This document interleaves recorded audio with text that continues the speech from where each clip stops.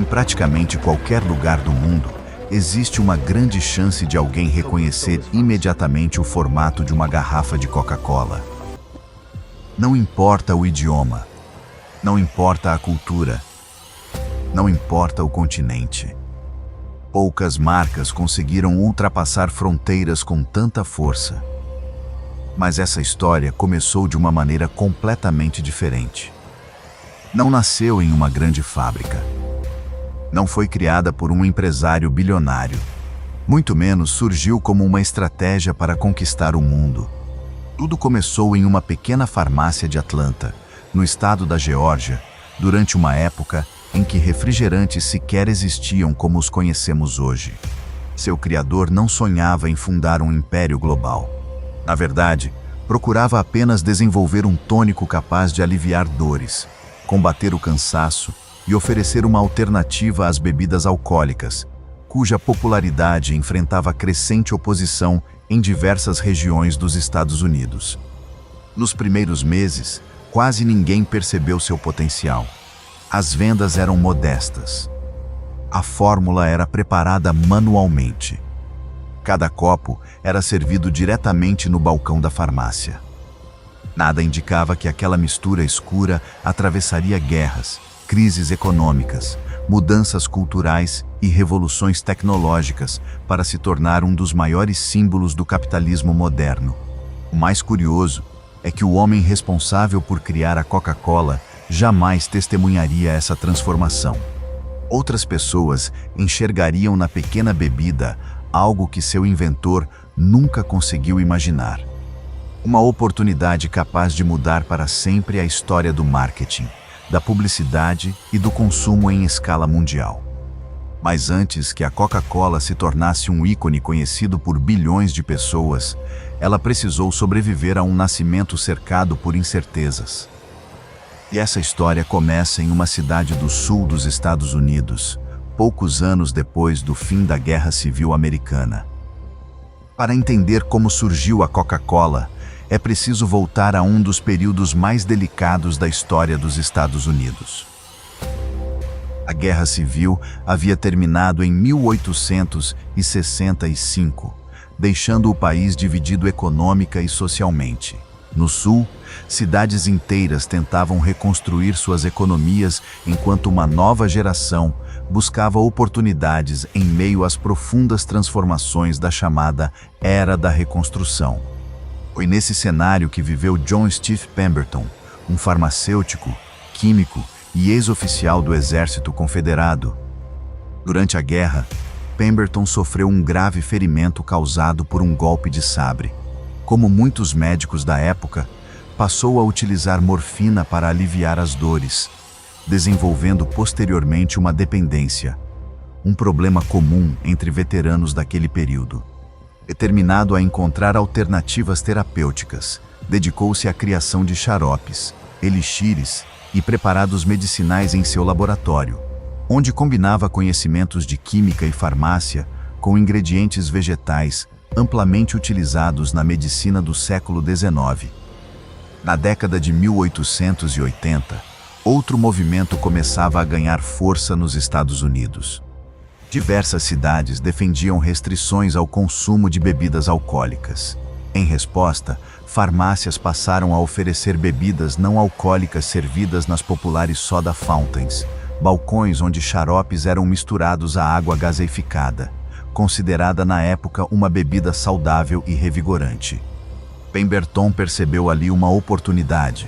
Em 1886, desenvolveu um novo xarope aromático, utilizando extratos vegetais, açúcar e outros ingredientes característicos de sua fórmula original. Misturado à água gaseificada, produzia uma bebida de sabor incomum para a época. Seu contador e sócio, Frank Mason Robinson, enxergou imediatamente o potencial comercial daquela criação.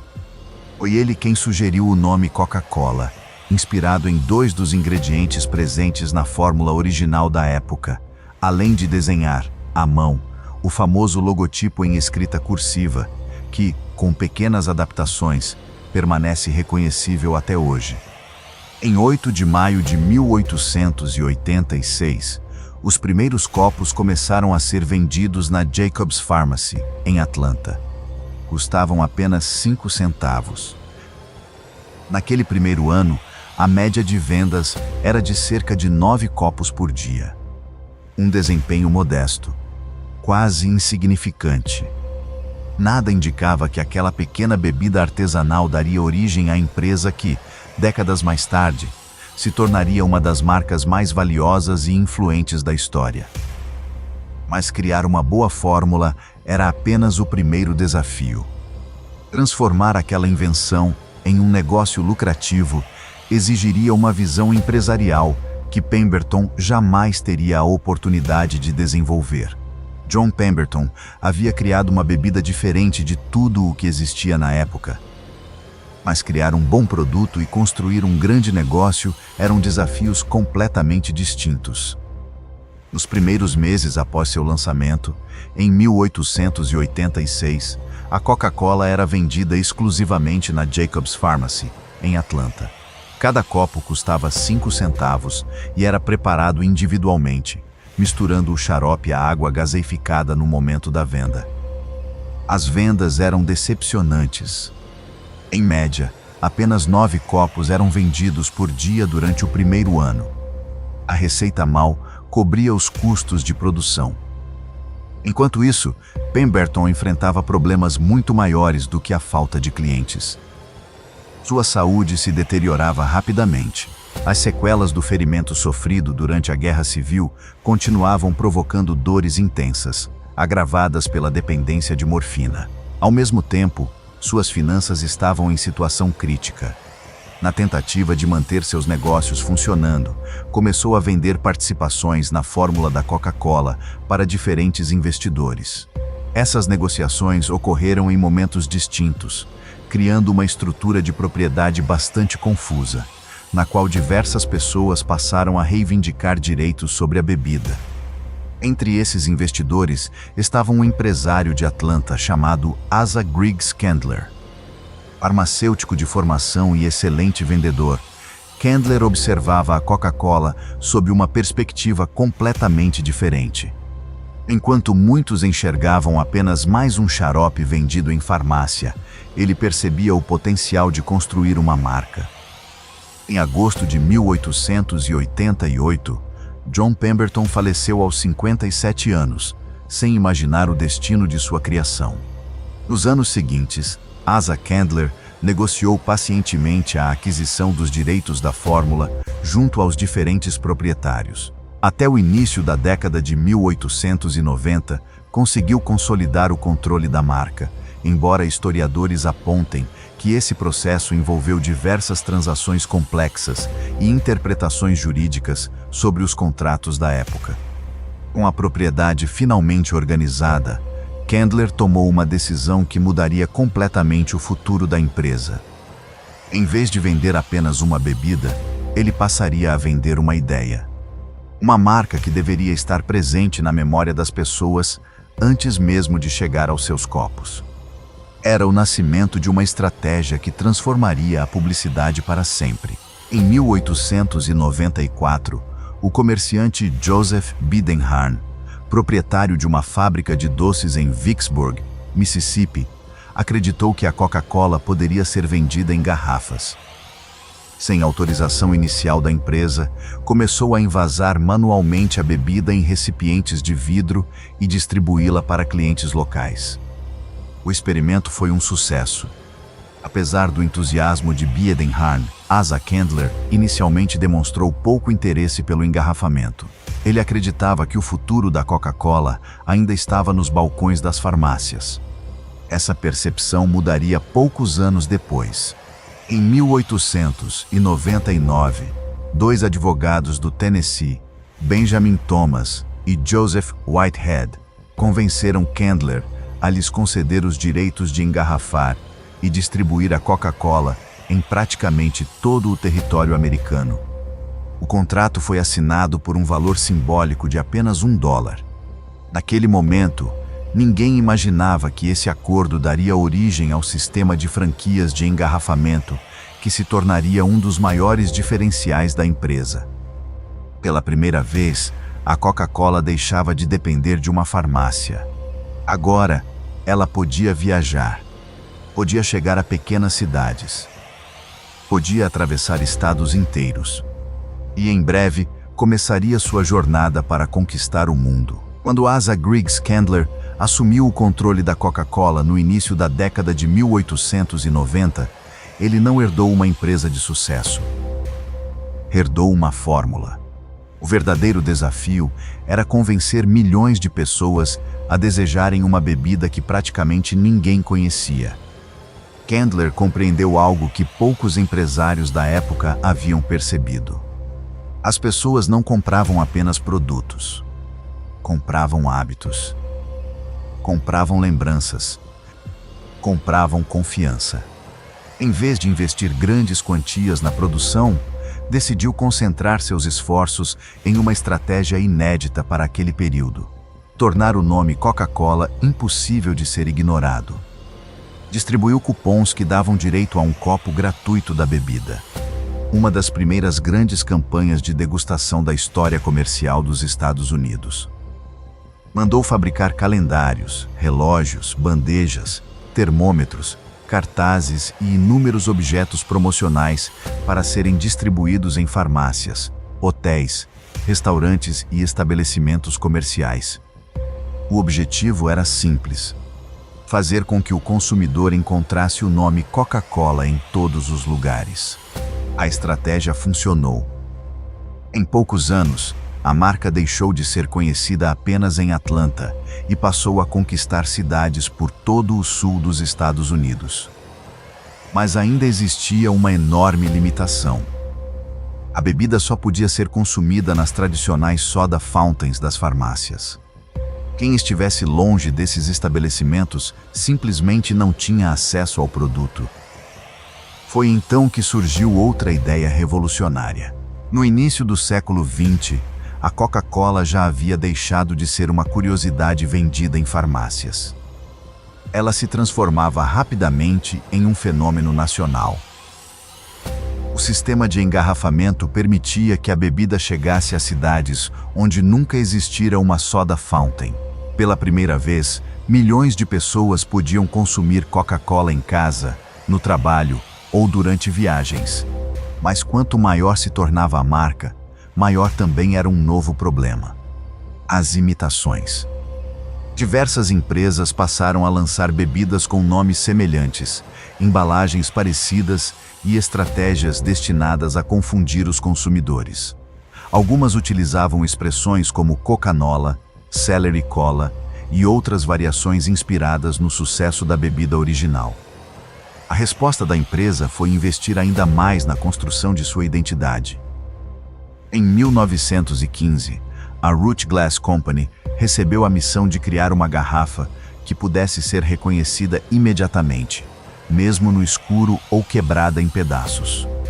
O resultado foi um dos projetos de design industrial mais bem-sucedidos da história.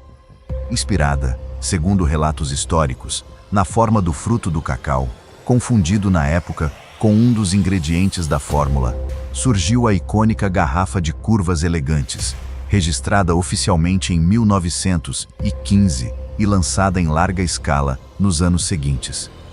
Ela se tornaria tão famosa quanto a própria bebida. Ao mesmo tempo, a empresa ampliava seus investimentos em publicidade. Cartazes ilustrados, relógios, calendários, placas esmaltadas e anúncios em revistas passaram a ocupar todos os espaços possíveis. A Coca-Cola não vendia apenas refrigerante. Vendia momentos de felicidade, convivência e descanso. Era uma abordagem revolucionária para a época. Nas décadas seguintes, a marca continuou expandindo sua presença internacional. Durante a Primeira Guerra Mundial, sua atuação ainda era predominantemente norte-americana.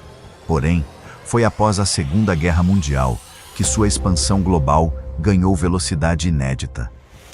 Em 1941, quando os Estados Unidos entraram na guerra, o então presidente da empresa, Robert Woodruff, tomou uma decisão histórica. Determinou que todo soldado americano deveria poder comprar uma garrafa de Coca-Cola por 5 centavos, onde quer que estivesse, independentemente dos custos para a empresa. Para cumprir essa promessa, dezenas de fábricas de engarrafamento foram instaladas próximas às frentes de batalha em diversos países. Quando a guerra terminou, essas instalações permaneceram em funcionamento. Sem planejamento inicial, a Coca-Cola havia construído uma das maiores redes internacionais de distribuição do planeta. Na década de 1950, sua marca já era reconhecida em dezenas de países. Poucos anos depois, passaria a representar muito mais do que uma bebida. Tornaria-se um dos maiores símbolos da cultura americana e da globalização. Poucas empresas conseguiram permanecer relevantes por mais de um século. Menos ainda conseguiram fazer parte da rotina de bilhões de pessoas. A Coca-Cola é uma dessas exceções. Ao longo de sua história, ela deixou de ser apenas uma fabricante de refrigerantes para se tornar um dos maiores exemplos de construção de marca, já estudados nas escolas de administração e marketing. Seu maior patrimônio nunca foi apenas a fórmula. Foi a capacidade de criar uma identidade reconhecida instantaneamente em praticamente qualquer lugar do planeta. A tipografia cursiva, a garrafa Contour, a combinação das cores vermelha e branca, a publicidade emocional. Todos esses elementos foram cuidadosamente desenvolvidos ao longo de décadas até se transformarem em um dos sistemas de identidade visual mais valiosos do mundo. Ao mesmo tempo, a empresa consolidou um modelo de negócios que revolucionou a indústria de bebidas. Em vez de produzir e distribuir tudo diretamente, aperfeiçoou um sistema baseado em fabricantes parceiros independentes, responsáveis pelo engarrafamento e distribuição em diferentes regiões. Esse modelo permitiu expandir a operação para centenas de países, mantendo padrões relativamente consistentes de qualidade e disponibilidade. Nas décadas seguintes, a Coca-Cola também se tornou uma das maiores anunciantes do planeta. Suas campanhas passaram a associar a marca a momentos de celebração, amizade e convivência. Algumas peças publicitárias tornaram-se marcos da cultura popular, como a campanha I'd Like to Buy the World a Coke, lançada em 1971, que reuniu jovens de diferentes nacionalidades em uma mensagem de união em plena Guerra Fria. Outra contribuição cultural, frequentemente associada à empresa, envolve o Papai Noel moderno. Embora o personagem já existisse muito antes da Coca-Cola, as ilustrações produzidas pelo artista Haddon Sandblom, a partir de 1931, ajudaram a popularizar mundialmente a imagem do bom velhinho com roupas vermelhas, barba branca e aparência calorosa. Historiadores ressaltam que a empresa não criou o Papai Noel, mas desempenhou um papel importante na consolidação dessa representação visual. Naturalmente, sua trajetória também foi marcada por desafios. Ao longo das últimas décadas, o aumento das preocupações com obesidade, diabetes e alimentação saudável levou governos, pesquisadores e consumidores a questionarem o consumo excessivo de bebidas açucaradas. Em resposta, a empresa ampliou seu portfólio, investindo em versões com redução ou ausência de açúcar, águas, chás, cafés, sucos e outras categorias de bebidas. Ainda assim, sua influência permanece extraordinária. Hoje, produtos da The Coca-Cola Company estão presentes em mais de 200 países e territórios, por meio de um vasto portfólio de marcas e de uma das maiores redes de distribuição do mundo. Mais do que vender bebidas, a Coca-Cola ajudou a definir como empresas modernas constroem marcas globais. Seu verdadeiro legado não está apenas nas garrafas produzidas. Está na forma como transformou publicidade, distribuição, design e relacionamento com consumidores em pilares de um modelo empresarial que continua sendo estudado mais de um século após sua criação. Mais de um século depois de seu primeiro copo ser servido em uma pequena farmácia de Atlanta, a Coca-Cola continua ocupando um espaço que vai muito além das prateleiras dos supermercados. Sua história jamais foi apenas sobre uma bebida. Foi sobre visão. John Steve Pemberton criou a fórmula, mas foi Asa Griggs Candler quem compreendeu o poder de uma marca. Depois vieram empresários, publicitários, designers, distribuidores e milhares de pessoas que transformaram uma simples mistura de ingredientes em um dos maiores fenômenos comerciais da história. Ao longo de décadas, a Coca-Cola atravessou guerras mundiais, a Grande Depressão, mudanças tecnológicas, crises econômicas e profundas transformações nos hábitos de consumo. Enquanto inúmeras empresas desapareceram, ela soube se reinventar repetidamente. Mudou embalagens, expandiu seu portfólio, adaptou campanhas. Entrou na era da televisão, depois da internet e, mais recentemente, do marketing digital, sempre preservando aquilo que construiu desde o início. Uma identidade imediatamente reconhecível. Naturalmente, seu legado também desperta debates. A empresa frequentemente participa das discussões sobre saúde pública, sustentabilidade, consumo de açúcar e impacto ambiental das embalagens plásticas. Essas questões refletem os desafios enfrentados por uma companhia presente em praticamente todos os mercados do planeta e mostram que a relevância também traz responsabilidades. Ainda assim, poucos especialistas contestam sua importância histórica. A Coca-Cola ajudou a redefinir conceitos de publicidade, branding, distribuição global e fidelização de consumidores. Sua trajetória é estudada em universidades, escolas de negócios e cursos de marketing, como um dos exemplos mais marcantes de construção de valor ao longo do tempo.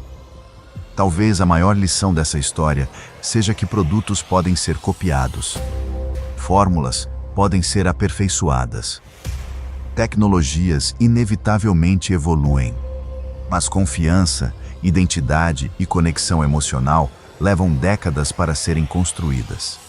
Foi exatamente isso que transformou uma bebida criada em 1886 em uma marca reconhecida por bilhões de pessoas.